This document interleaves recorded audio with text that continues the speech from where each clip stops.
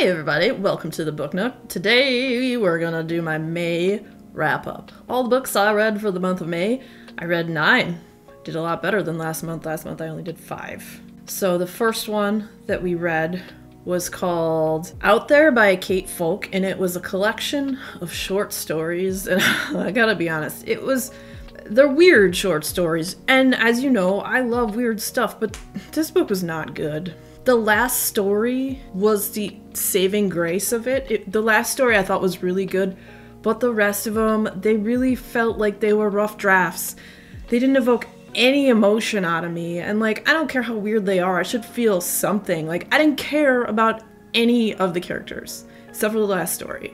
Like I said, they all felt like rough drafts, they felt unfinished, the characters felt underdeveloped, and I just really did not enjoy it. But yet I kept on till the end, because, I don't know, they're short stories, you know? Sometimes there's gold amongst the dust. I always feel bad when I don't have good things to say about a book, but I really did not like that book. So the next one we read was Fervor by Alma Katsu. This was a historical horror book that took place during World War II. It was phenomenal. I loved this book. It was so freaking good. The story was well written, the characters were well developed. You know, at points it was heart-wrenching and it was scary, and then you have like the lore that is behind it, and it was just a really well-crafted, beautiful story. It takes place and centers around in these internment camps where they, during World War II, had put all the Asian people because there are horrible things that happened during the war. There's this like weird disease that starts spreading within the camp, and they're trying to figure out like where it came from, why it's affecting these people, and all this stuff. And it just the way it was written, the way the story went, it was really, really phenomenal, and I really liked it. The next book I read was the Black Phone Stories by Joe Hill. This is going to be a movie. It comes out on June 24th. And has phenomenal. I loved it. All the stories, like, they were all so different, and not all of them were scary. Some were just freaking downright sweet and endearing. And the Black Phone story itself, it was kind of short, so it'll be interesting to see what they do with the movie, but it was so good. They're all so good. If you're looking for a really good, somewhat scary, just phenomenally written short stories, the Black Phone Stories by Joe Hill are awesome. And my favorite story in there was called My Father's Mask. And also, if you read the acknowledgements, because I'm a big proponent of reading the acknowledgements, there's a story hidden within the acknowledgements. The next one I got an Arc of Daphne by Josh Malerman. This book comes out in September. This is a slasher horror book. Oh my goodness, it was so good, and it gave me so much anxiety while I was reading it. It was scary, there was a lot of action.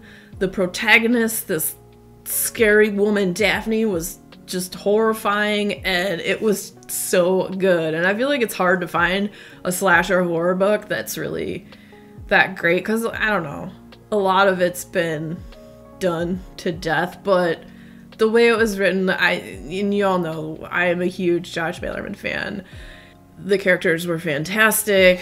Like, how it built like anxiety, and anxiety is like a big theme in this book, and the book gave me anxiety while I read it. I like when a horror book grips you and evokes some sort of like emotional response. Sometimes you're like, certain horror books you gotta read when it's light out because it's just too scary to read at night. Like this one, I was like, where's my cat?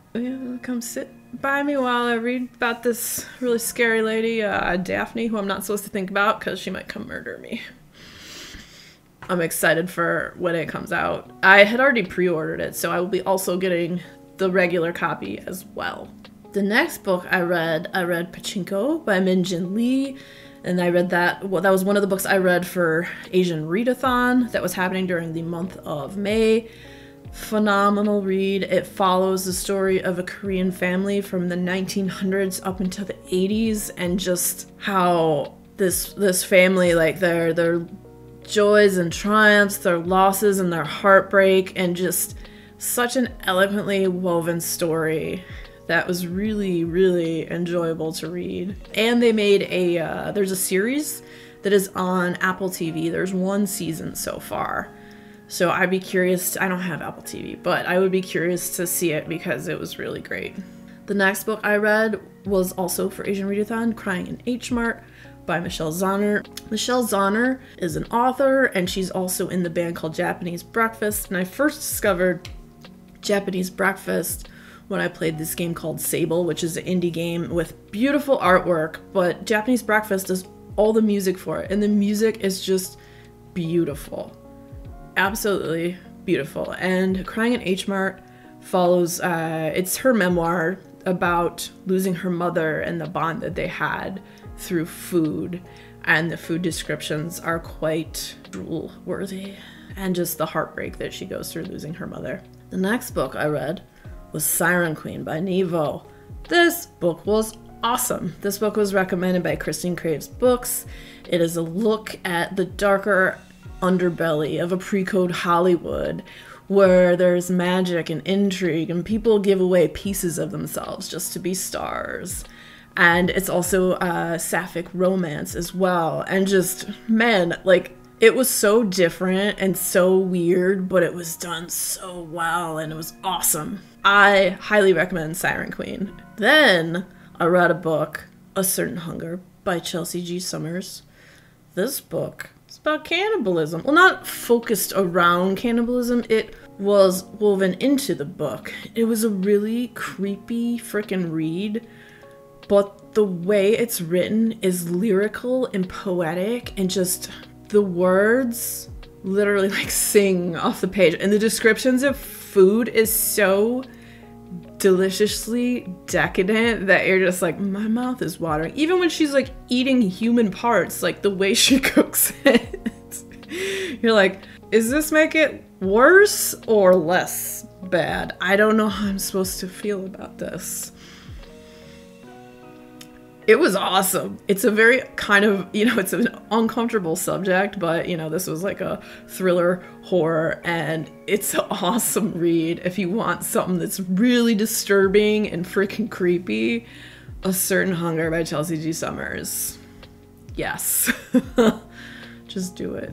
And then the last book that I read was Misborn by Brandon Sanderson, because I just wanted to know.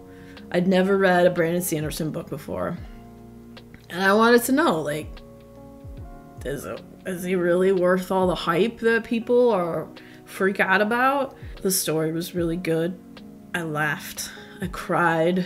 You fall in love with the characters. The writing is really good. The descriptions are good. Nothing is hard to understand.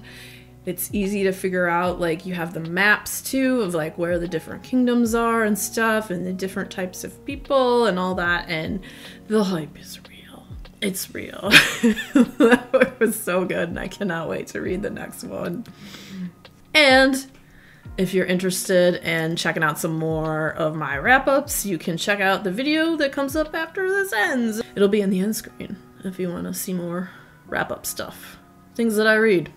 So thank you so much today for joining me in the Book Nook as we went through my May wrap-up. So until next time, we'll see you later.